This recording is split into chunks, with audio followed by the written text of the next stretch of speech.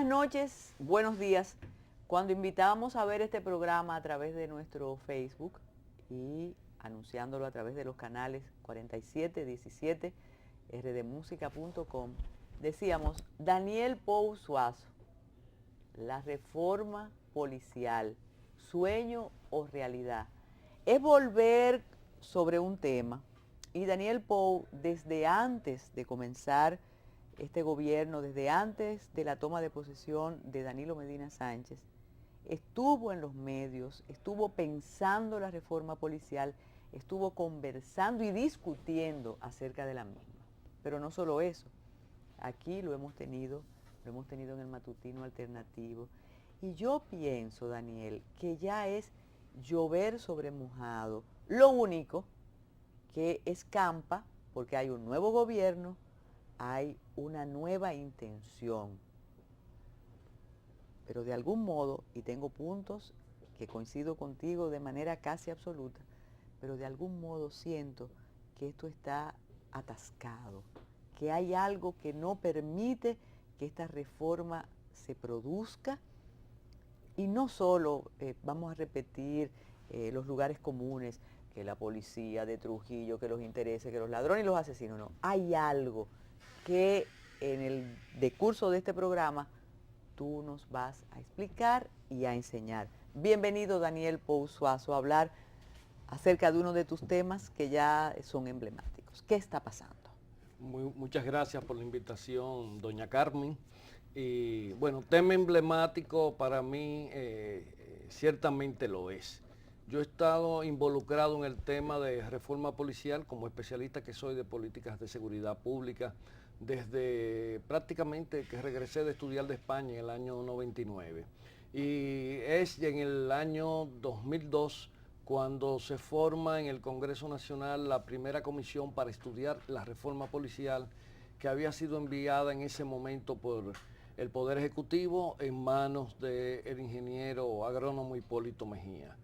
Un anteproyecto que fue debatido, quizás no con el expertise que requería, porque en ese momento aquí la visión que se ha tenido tradicional del Estado es que las leyes orgánicas son leyes meramente administrativas, de flujo, de manejo de recursos y personal de las instancias públicas, y que lamentablemente de ese proyecto solamente sobrevivió un artículo, que fue la supresión de los tribunales de jurisdicción especial de la Policía Nacional. La pregunta, para interrumpirte, era, ¿qué queda de ese anteproyecto? Y ya me lo has respondido. Entonces, queda un artículo. Queda un artículo fundamentalmente y algún otro elemento administrativo, que realmente no revertía el aspecto medular en esencia de lo que es la Policía Nacional. Y lamentablemente cada vez que se asoma al Congreso Nacional un anteproyecto de ley, la gran discusión radica en torno a una situación que es tradicional en todas las leyes orgánicas en República Dominicana. Primero es el tema de transparencia, segundo el tema de control ciudadano. Ese es un tema bastante polemizado. Y el otro tema radica sobre todo el tema de, y específicamente en las leyes orgánicas de la Policía Nacional, el tema de los controles de las instancias civiles del Estado sobre la Policía Nacional. Y cuando hablo de las instancias civiles, no estoy hablando del Poder Ejecutivo, que de por sí constitucionalmente es el comandante en jefe supremo de las Fuerzas Armadas y la Policía Nacional, sino de dos instancias que son fundamentales. Primero, el Ministerio de Interior y Policía, y segundo, la Procuraduría General de la República, como entidad responsable de dirigir las políticas criminales del Estado Dominicano. Entonces ahí es que viene la confrontación. A partir de ahí, incluso situaciones que tenemos hoy en día en el escenario nacional sirven de referencia de por qué no se logran vencer esos valladares y cómo es que la policía durante todos estos años ha sido cooptada por grupos de poder a su interior que definitivamente tienen un manejo casi autonómico al margen del Estado de lo que es la Policía Nacional. Daniel Pousuazo, cuando hablamos de anteproyectos, de leyes orgánicas, y sería bueno también que se explicara qué es una ley orgánica, siempre quiero saber si policías aptos, capaces, interesados, participan en la discusión y en la redacción. Porque a veces uno piensa que personas de la sociedad civil, recuerda que ellos dividen el mundo entre los civiles y nosotros, pero también pienso que desde afuera, sin conocer lo bueno y lo malo que tiene la institución, porque tiene cosas buenas y cosas malas. Y ahí, por eso digo que tú y yo coincidimos en algunos aspectos. El asunto de eso lo vamos a hablar después. Creo que más de lo que te imaginas. Sí, definitivamente. Casi una seducción. Entonces, también digo, ¿qué pasa con los capaces que hay, que tú los conoces y que incluso participas en cursos de formación y demás? Participan, reitero, en la redacción de estos proyectos. ¿Tienen intención de que esto se realice? Mira, en la policía hay mucha gente capaz, más de lo que la gente se imagina, tanto en la policía como en las Fuerzas Armadas. Yo te puedo decir que en términos de talleres, incluso de maestrías y de diplomados, los estudiantes más brillantes son los militares y los policías, salvo que tienen un problema. Y es que se quedan mucho por sus restricciones en el discurso, en los aspectos, podríamos decir, ornamentales. Hay una negativa, y es parte de una idiosincrasia policial y militar en República Dominicana, a discutir los aspectos medulares. No a pensar que la ley realmente puede sujetarla a la realidad, como mucha gente lo piensa. La ley norma la realidad, pero esa realidad actúa y se mueve en función de un tema que es un tema tabú en República Dominicana, que son las políticas de Estado. El Estado dominicano tradicionalmente nunca ha operado, ha funcionado, ha intervenido en los problemas de la sociedad en función de políticas definidas, bien elaboradas, que tengan cronogramas bastante, podríamos decir, lógicos sobre su implementación. Aquí el Estado dominicano se cambia cada 4 años. Como el gobierno, como si fuera el gobierno. Como si fuera el gobierno, porque aquí no hay continuidad del Estado. Y eso tiene un costo muy alto para la sociedad dominicana, no tanto en términos materiales, que sí lo tiene también en términos de esfuerzo, en términos de calidades humanas y profesionales, y lo tiene también en términos de eficacia. Daniel, pero volviendo al asunto, y como tú has dicho, hay capaces, preparados y aptos de manera indiscutible, tanto en las Fuerzas Armadas como en la policía, que conocen el problema e incluso, y mire el caso del jefe actual y de otros jefes, son personas que han crecido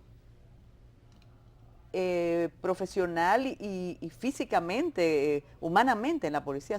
Entran muchachos a la policía. Sí, algunos se deforman, 17 otros se años, forman. 18 años, claro. Entonces, ¿cuál es el aporte desde adentro? Y Mira, también es importante saber si mientras llega la gran reforma, el cambio de jefes influye en la transformación policial mientras llega la reforma. Sí. Vamos a comenzar por un aspecto.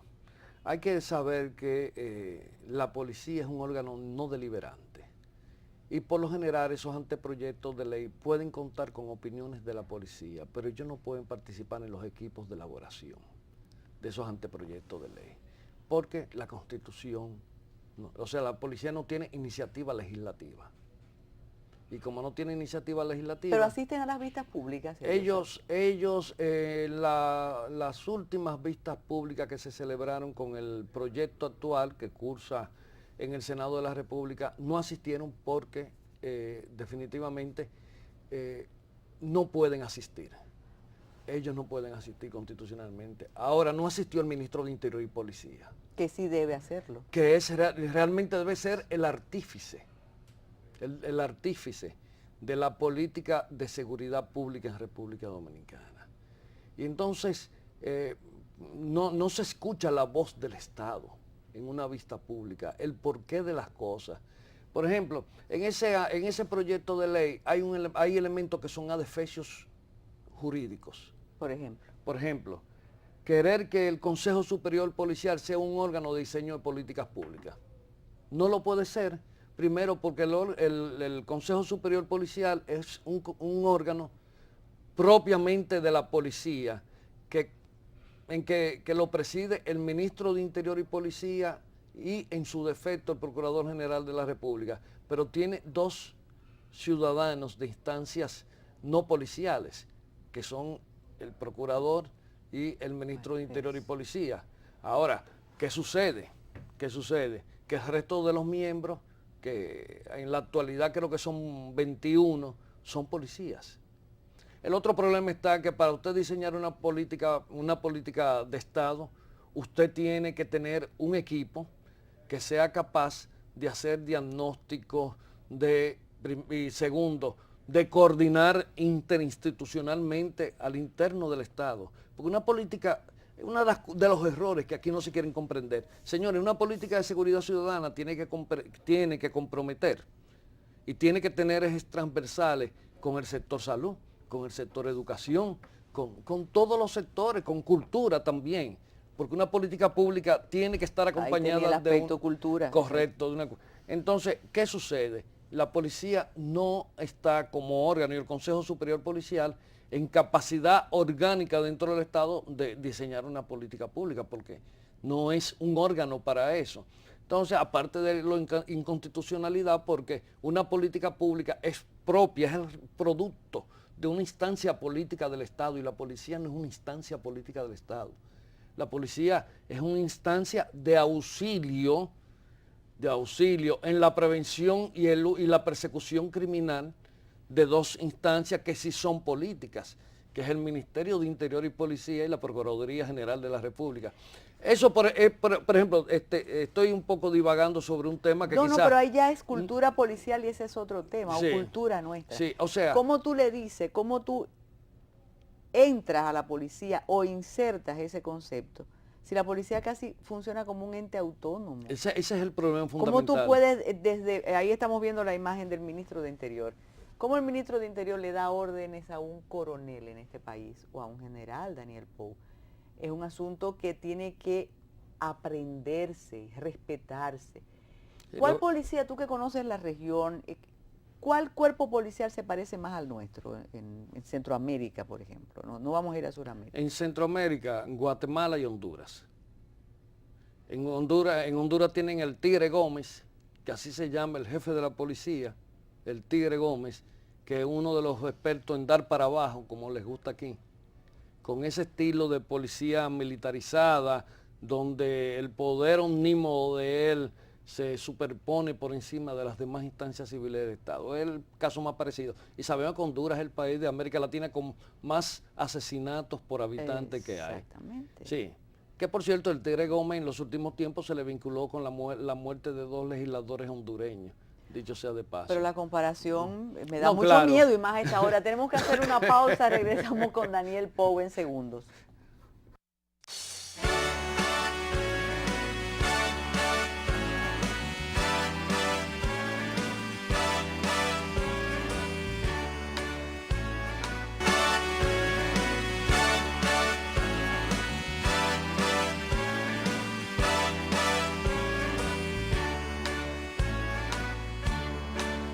El Tigre Gómez, recuerdo el negro Durazo, y aquí hemos tenido muchos durazos, de duros.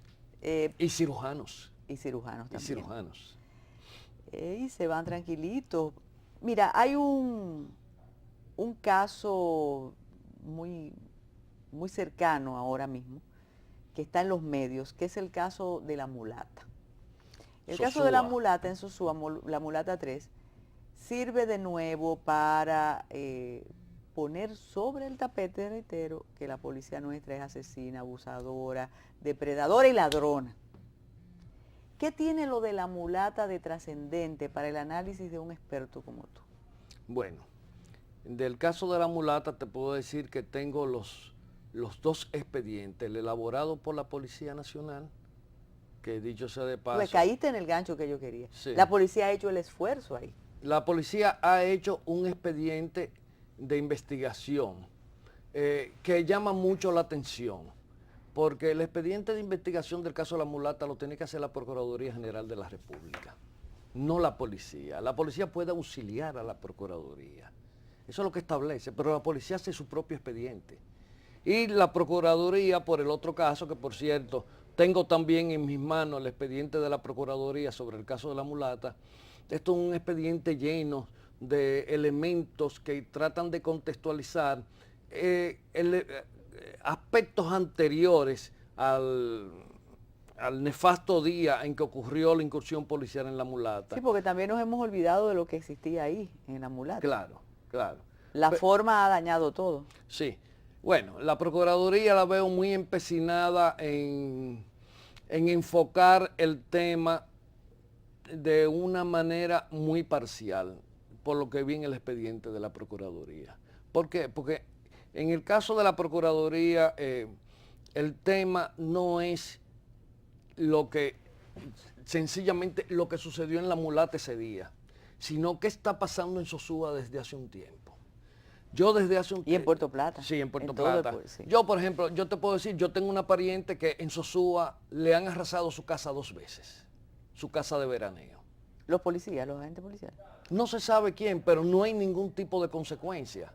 Le llevan a plena luz del día lavadora, nevera, cama, todo. O sea, Sosúa es tierra de nadie. Entonces, por ahí empezamos. ¿Qué pasa en Sosúa? ¿Y qué pasa con el caso de la mulata? Si tú haces un acopio de todos los argumentos y todos los elementos que han emergido en el caso de la mulata, te vas a dar cuenta que sobre el caso de la mulata han perdido muchos intereses que han producido muchas mentiras a nivel de opinión pública.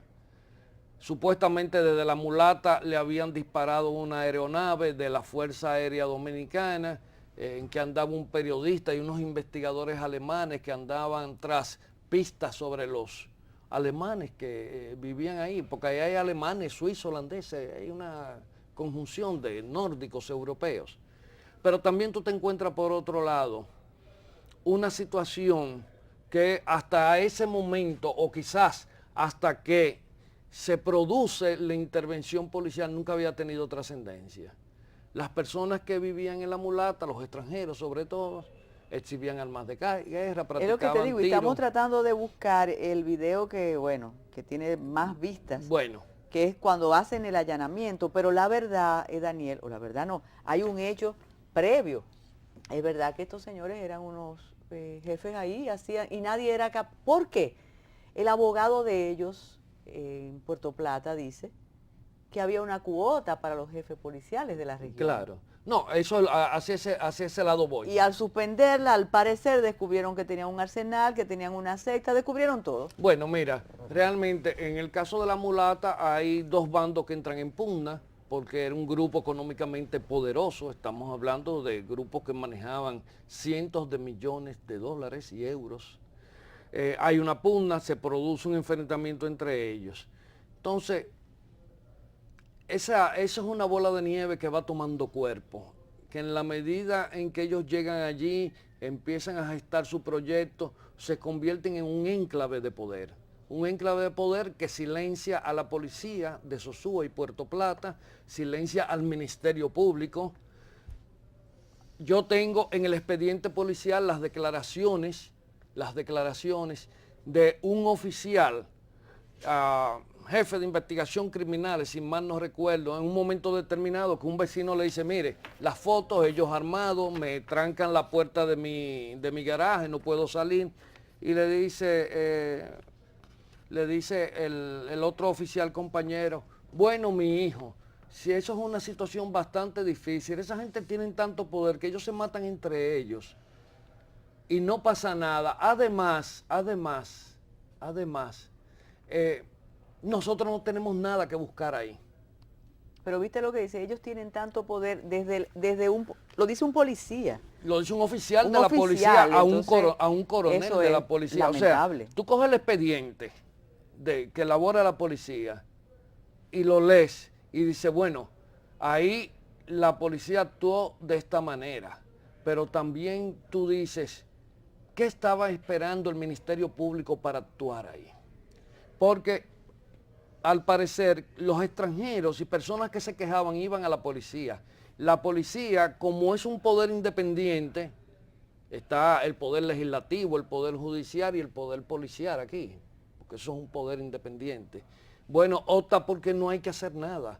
Tampoco le comunica al Ministerio Público, al parecer, la situación que se produce. Pero mira, tú insistes en la investigación policial y del Ministerio Público. Es bueno que aclares eso. Sí. Porque en el imaginario nacional, cuando hay algo irregular, tú recurres a la policía, al destacamento, Sí. al palacio de la policía. Sí.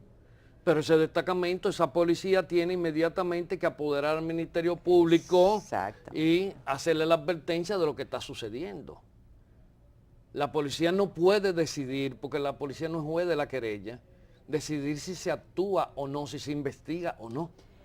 No hay que ser muy valiente para decir que lo de la mulata existía y no se sabía por la complicidad policial. Mira, lo interesante del caso de la mulata, aparte de todas las particularidades que tiene, que veo que hay como mucha intención de sacar el gato del agua, porque parece que eso puede traer muchas implicaciones.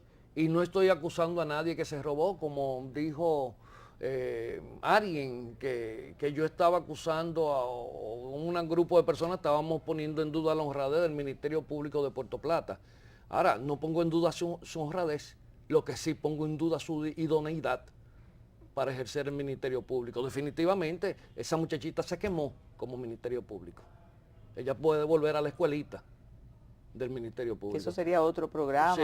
Ahora en la época de la preparación de los miembros del Ministerio Público y de, mira las imágenes, y de los miembros del Poder Judicial, se cometen algunos errores verdaderamente lamentables. Lo que a mí me preocupa es que se intente solamente desde las instancias del Poder Judicial signar a las personas que vivían ahí como delincuentes, porque ellos podrían ser delincuentes. Ahora, usted no tiene derecho a matar a una persona que se rinde, levanta las manos, se rinde, como declara el haitiano con respecto al caso del alemán para el cual él trabajaba.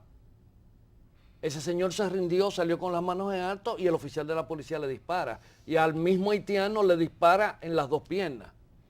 O sea, eso no es la forma de la actuación de la policía. Pero hay otro detalle tan dramático como lo primero.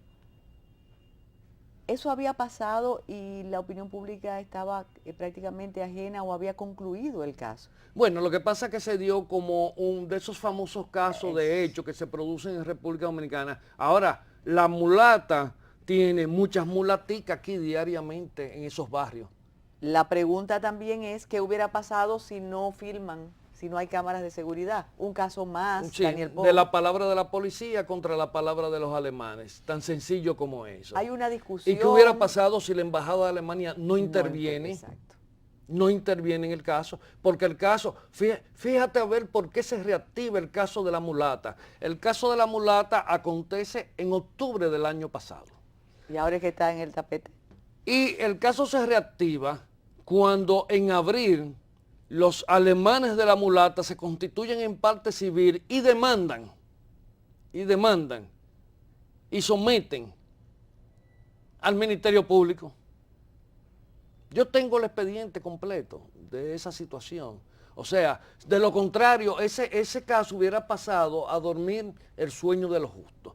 ¿Por qué? Porque ni siquiera el Ministerio Público, y cuando hablo del Ministerio Público estoy hablando del Ministerio Público, tuvo la iniciativa de llegar al fondo de ese tema.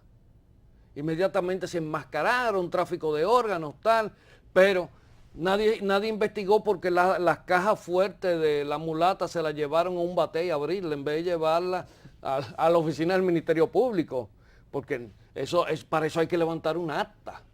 Cuando se va a abrir una caja fuerte producto de un allanamiento. No, tú hablabas tú decías se quemó. Yo creo que aquí nadie sacó una B en en este examen. No, en no, la mulata, y nadie. todo el mundo reprobó. Ahí reprobó realmente todo el mundo. Yo digo desde la cumbre del Ministerio Público hasta abajo, definitivamente. Porque el caso se reactiva porque hay una constitución en parte civil de las víctimas. No porque el Ministerio Público demostró la voluntad.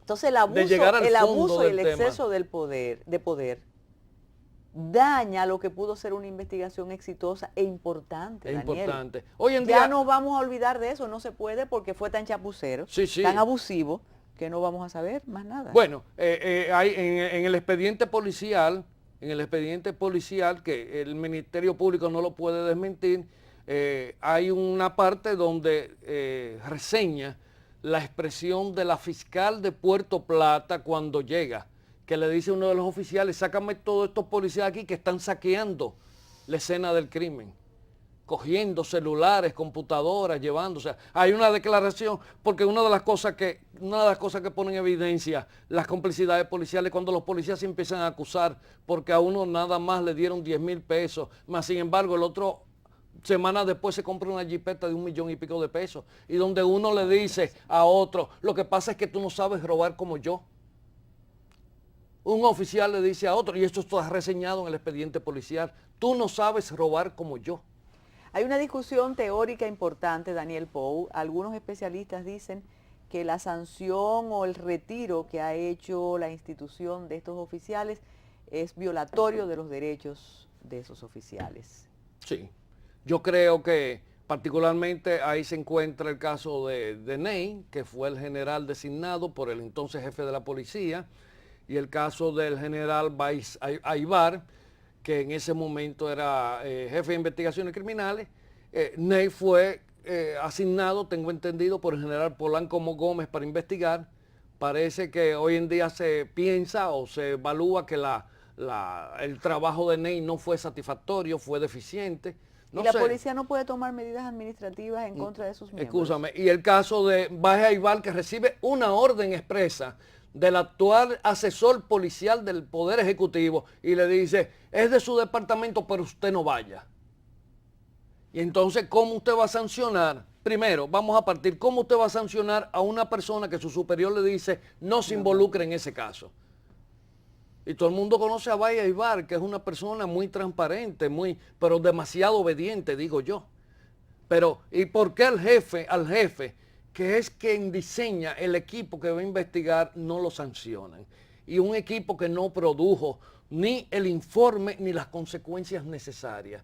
Entonces, ahí hay un manejo un poco politiquero del tema. Entonces, otro aspecto que hay es que la policía no puede privar de libertad a ningún oficial porque, según dice el Código Procesal Penal, eso solamente puede hacerlo una instancia del sistema de justicia.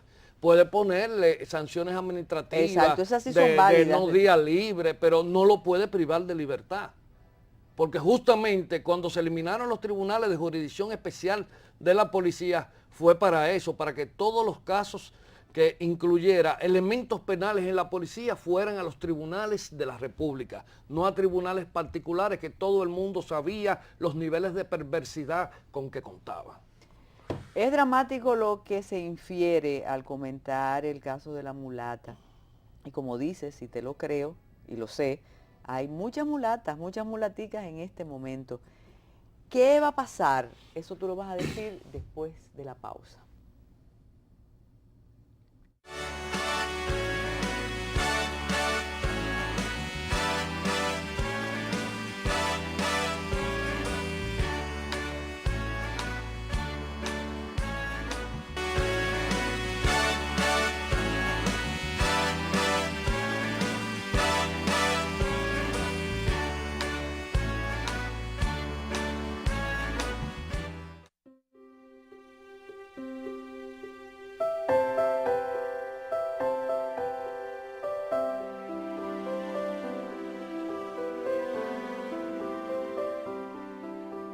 Los primeros años en la vida de los seres humanos son determinantes para garantizar su formación, a través de un programa de protección y atención integral con calidad y equidad, estimulando y despertando en los niños habilidades que garanticen un mejor desarrollo de todas sus potencialidades. Por estas razones, el gobierno dominicano inicia el programa Quisqueya Empieza Contigo. Este plan busca responder a una necesidad no satisfecha en las políticas públicas en República Dominicana, que es atender de manera integral las necesidades de la población de 0 a 5 años. Quisqueya Empieza Contigo es un componente de la estrategia Quisqueya Sin Miseria, que incluye la provisión de atención en salud desde el embarazo hasta los 5 años, el acceso a micronutrientes y la promoción de lactancia materna exclusiva los primeros 6 meses para garantizar una nutrición adecuada.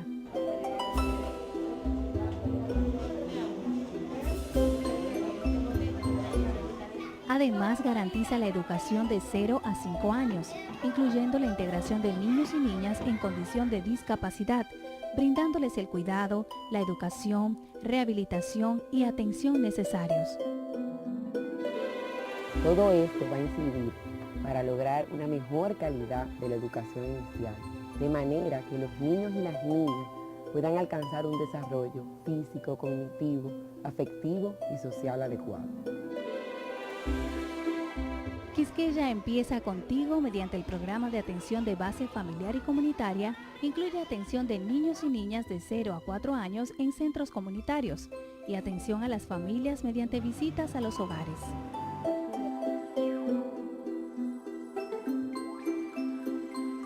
Las comunidades se van a integrar con la participación activa en los servicios que el plan tiene contemplado, pero también en la organización de estos servicios, en la cogestión de estos servicios y en la defensa y veeduría del funcionamiento adecuado de estos servicios y también de la exigibilidad que deberán tener a las distintas entidades responsables y corresponsables de ofrecer tales servicios. El programa de protección garantiza la prevención y atención a situaciones de maltrato, abuso, violencia, negligencia y otras formas de vulneración que serán trabajados para asegurar que sus derechos no sean violentados. El apoyo para el aumento de la cobertura de registro de nacimiento, tanto oportuna como tardía, será otro de los elementos importantes dentro del programa de construcción de ciudadanía. Quisqueya Empieza Contigo establecerá 216 nuevas estancias infantiles y 1.000 centros comunitarios de atención integral. El modelo de los centros de atención a la primera infancia tiene varios aspectos que nosotros hemos tomado en consideración en su diseño. Lo primero es el usuario. El usuario son los niños de 0 a 5 años. Por lo tanto, hemos desarrollado un proyecto en el cual la escala es sumamente importante, de manera tal de que los niños se sientan a una escala doméstica, que no entren a una gran edificación que los atemorice o que los inhiba, ¿no?, para que puedan ellos desarrollarse. Se nos solicitaron 2 modelos, un modelo que está desarrollado en un solo nivel y precisamente para áreas donde haya más dificultad en conseguir espacios los espacios que ameritan para que los niños tengan el área suficiente para su desarrollo psicomotor y lúdico, etcétera. Nos solicitaron un modelo que esté en 2 niveles para poder obtener terrenos más pequeños. El comedor lo hemos ubicado en el corazón del proyecto porque lo hemos conceptualizado de manera tal de que pueda ser también un gran salón de reuniones para actividades de la comunidad. O sea, la intención del proyecto es que la comunidad se integre ahí.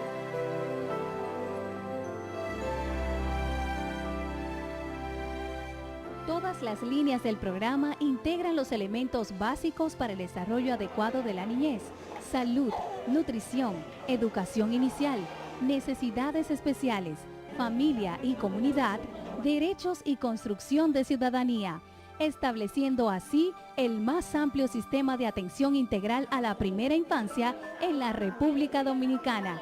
Quisqueya Empieza Contigo.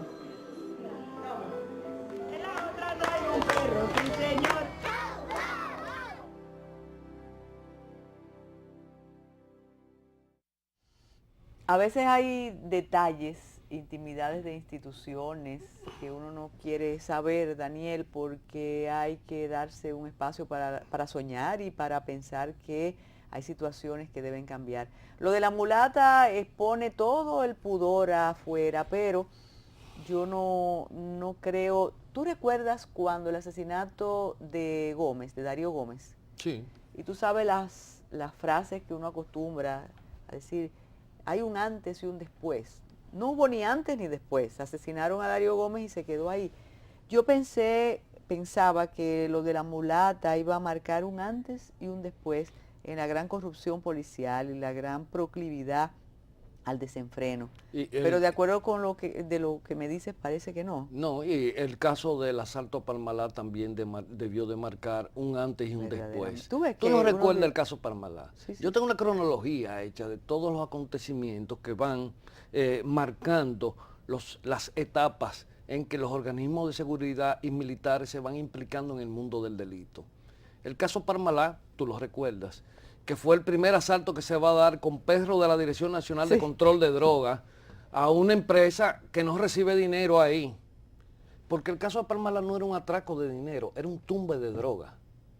Uno de los cárteles dijo que aquí se importa leche deshidratada de Colombia y que una importación de esa se había traído cocaína. Y llevaron los perros para que identificara, porque la leche que supuestamente estaba en Parmalá, pero esa leche la buscaron también en otra empresa. Que el día anterior... Que no era leche que estaban buscando, sino coca. Claro. El día anterior también tuvo una visita de esos individuos, pero que no terminó en una conflagración como esta, porque esta vez lo que pasó fue que la gente de Parmalá tenía una alarma, sonaba en el destacamento policial del Pensador, que queda ahí a media cuadra. Yo me conozco todos esos detalles, porque incluso conozco parte de los policías que participaron en el enfrentamiento a tiros, con el comando que salió de la Fuerza Aérea Dominicana, integrada por un oficial de la Fuerza Aérea Dominicana, hermano de un general de la Fuerza Aérea Dominicana. Pero tú sabes que tú estás diciendo eso al país. Sí, o tú no quieres que eso se diga, porque no, podemos eso hay suspender el programa. Eso hay que decirlo. Y un detalle, ese oficial de la Fuerza Aérea que tenía una trayectoria delictiva y se mantenía activo, que dirigió el atraco a Parmalá, fue herido en el intercambio de disparos con dos policías heroicos que salieron del destacamento del Pensador, ahí cerca del Faro Colón, y los enfrentaron y los hirieron. Y resulta que cuando lo toma preso la policía y se lo lleva al hospital Darío Contreras herido, se aparece el supervisor general de la Fuerza Aérea Dominicana con 3 camiones de guardia y se lleva a sus oficiales con todo y cama que estaban esposados en el hospital Darío Contreras, rodeó el hospital con 2 camiones de guardia. Y aquí no hubo consecuencias. ¿Cuántas sentencias hay? No, ninguna. Entonces después se intentó justificar espíritu de cuerpo. Digo yo, espíritu de delito. Eso no es espíritu. Y luego el procurador fiscal de la provincia... ¿La jefatura de la policía cuando ocurrió aquello?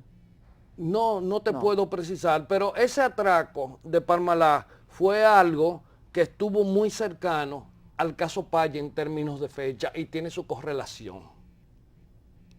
Porque es que aquí se ha llegado a una etapa en que los mismos grupos, carteles de droga en República Dominicana se están tumbando unos con otros. Entonces ellos cooptan sectores militares y policiales que son lo que integran la tropa de choque. Por eso tú ves que cada día aparecen más militares, más policías involucrados. La droga de Paya la salieron a vender en los paradores del país. De eso no se sabe nunca, ni del dinero que hubo en Paya, ni de las armas que se trajeron. Porque es que hay que saber que cuando se hacen hoy en día... Sí, quedan inconclusos, igual que a donde iba Quirino. Correcto. No se supo nunca. Nunca se supo. Digo, lo sabemos todo, pero el destino incierto de la historia delictiva dominicana. Mira, Daniel, tú mencionabas en el caso de Sosúa... Escúchame, yo sé que mucha gente se está aterrorizando con todo esto. Y que pobre Daniel le van a disparar. Bueno, ya a mí me han mandado mi advertencia, pero nada. Pero hay algunas personas que anuncian la muerte y no ocurre y tú denuncias y estás vivo. Mira, mencionabas en el caso de la mulata una especie de pugna entre grupos. Naturalmente porque... el grupo de los alemanes. Exacto. Sí, entre el grupo de los alemanes. ¿Y no de los grupos policiales que protegían a los alemanes? No, Lo que pasa está que eso es uno de los aspectos. Yo mirando el expediente veo que entre los alemanes existía una litis, vamos a decirle alemanes, porque ahí habían creo que hasta suizos también. Había una litis por cuestiones de intereses materiales. Una de las cosas que se argumenta dentro de la parte civil constituida es que parte de las armas que exhibe la policía en el día del allanamiento, que está, bueno, ahí se pueden ver las armas, fueron llevadas por la misma policía, porque esas armas las tenía uno de los alemanes que estaba en el grupo, que ya estaba fuera de la mulata, y se la pusieron a ellos como prueba de delito.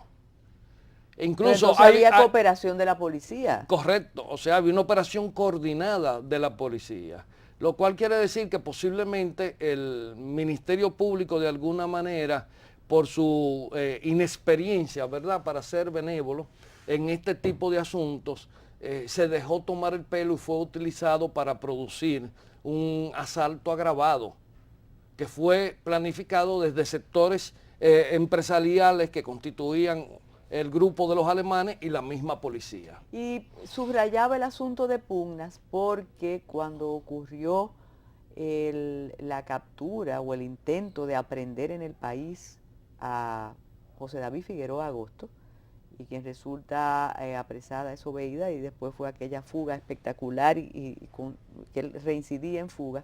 James Bonciana. Exacto, siempre apostamos que era una pugna entre los sectores que protegían a Figueroa Agosto y por eso habían decidido perseguirlo, aunque con el paso del tiempo nos damos cuenta que la identidad de Figueroa es un poco difusa y que quizás la especie de doble agente puede ser cierta.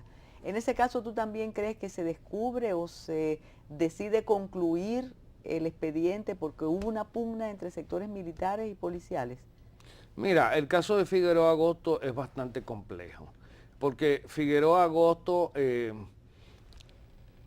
tiene una connotación de un ciclo del narcotráfico en República Dominicana, así como tú lo estás escuchando. ¿Qué sucede? Que cuando Figueroa Agosto entra en escena en República Dominicana, prácticamente el único cártel consolidado que negociaba con intermediarios nacionales desde Colombia en República Dominicana, lo monopolizaba Figueroa Agosto. ¿Y Quirino? ¿Le dio tiempo a él a coincidir con Quirino? Sí, le dio tiempo, pero eso es realmente, lo de Quirino era una operación de menor cuantía con respecto a lo de Figueroa Agosto. Yo te puedo asegurar que aquí Figueroa Agosto era capaz de inyectar en la economía dominicana 400 millones de dólares y ponerlo en lavado. Solamente el expediente... ¿Tú te estás oyendo, Daniel? Sí, 400 millones de dólares. Solamente, oye, porque Figueroa Agosto no actuaba solo. Es más, la droga de Figueroa Agosto, él no la tocaba. Él tenía su jefe operativo con el que se mantenía en una distancia bastante significativa para que nunca se le vinculara. El señor Toño Leña, de Rosario Puente, de La Romana, que era quien recibía la droga a través de la costa este y se la mandaba a Ángelo Millones a Puerto Rico. Una de las cuentas de Ángelo Millones en una de las islas del Caribe, que era, Ángelo Millones era el jefe de la distribución de la droga en las calles de Puerto Rico, una sola cuenta. ¿Por qué cae esa banda, ese cartel? Sí, bueno, porque va tomando una dimensión demasiado grande y las pugnas. Ángelo Millones llegó a monopolizar prácticamente en la calle de Puerto Rico la distribución de la cocaína. Una de las cuentas de Ángelo Millones en una de las islas capturadas por la DEA tenía un depósito de 1.650 millones de dólares. O sea, ese es un ratero. Ángelo Millones es un ratero callejero de Puerto Rico y una sola de sus cuentas tenía 1.650 millones de dólares. Una sola de sus cuentas. Y David Figueroa Agosto lavaba en este país sumas de dinero en dólares ponderables para la economía dominicana.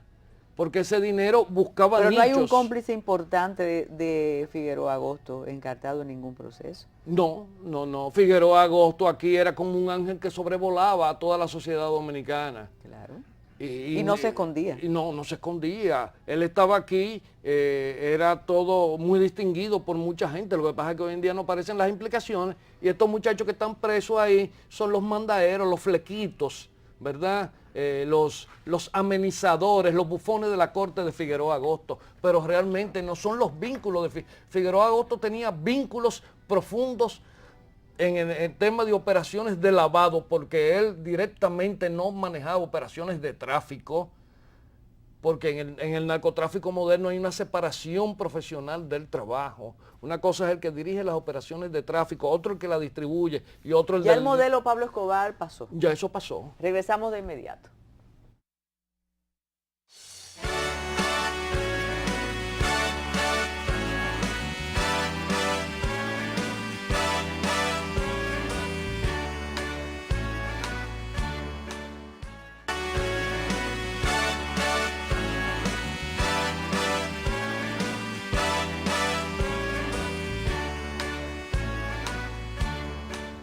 Daniel Pousuazo, sí, bastante interesante lo que plantea, porque hay seguridad, libertad de expresión. Y mira, Bueno, Daniel. Pero hay un detallito que te quiero decir, donde, por ejemplo, Angelo Millones tiene una cuenta de 1.500 millones de dólares. Oye, no estamos hablando de pesos, 1.500 millones de dólares.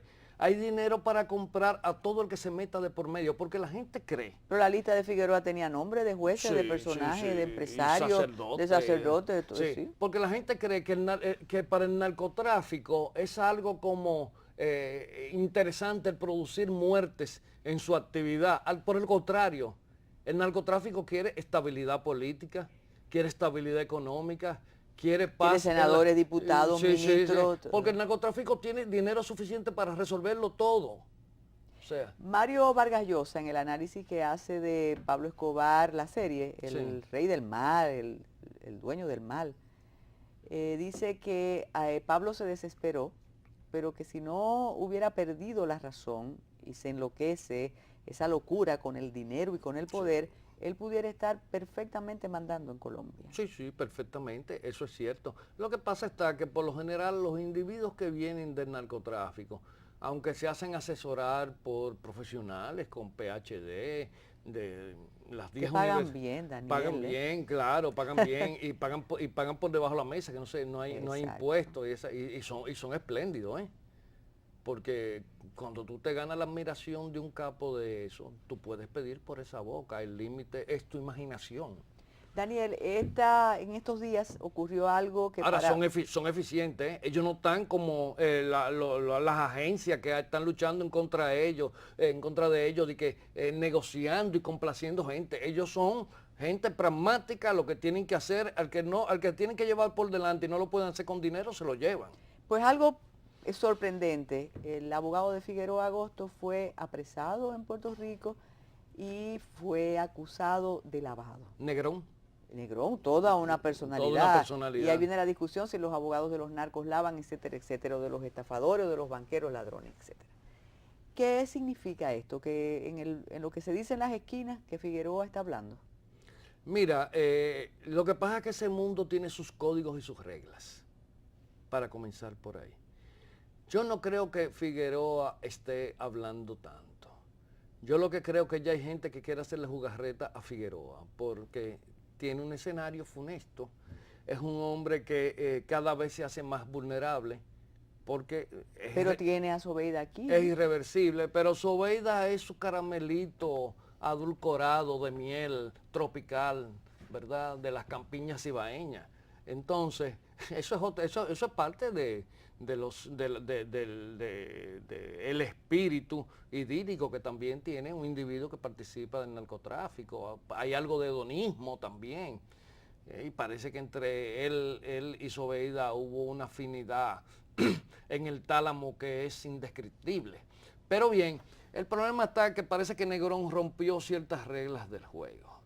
Porque muchas veces los abogados que se apoderan de casos así tan complejos llegan en un momento a considerar que ellos tienen que libar de las cuotas de poder que están en escena. Bueno, el padrino te enseña eso. Correcto. Entonces, Negrón, un abogado con ciertas características en el ambiente jurídico de Puerto Rico, un hombre que despliega poder donde quiera que se presenta y que es un hombre del buen vivir, de la vida elegante, parece que hizo una operación indebida. Y hay que saber algo, hay que saber algo. En toda relación entre abogado y cliente hay un pequeño idilio de consentimiento, identificación. De lo contrario, tú no puedes, y tú lo sabes porque tú eres abogada, tú no puedes ser abogado de una persona. Si tú en cierta medida, aunque lo digas verbalmente o lo niegues verbalmente, no te identificas con esa persona, con los hechos de esa persona. Daniel, parece mentira, el tiempo se nos fue volando como aquel anuncio de una línea aérea y nos quedamos con la reforma policial trunca como está ahora. Yo espero que esto sea una convocatoria para una segunda parte de este programa y sé que el público lo va a disfrutar y cuídate o cuidémonos. Ustedes buenas noches y muy buenos días, Metrópolis.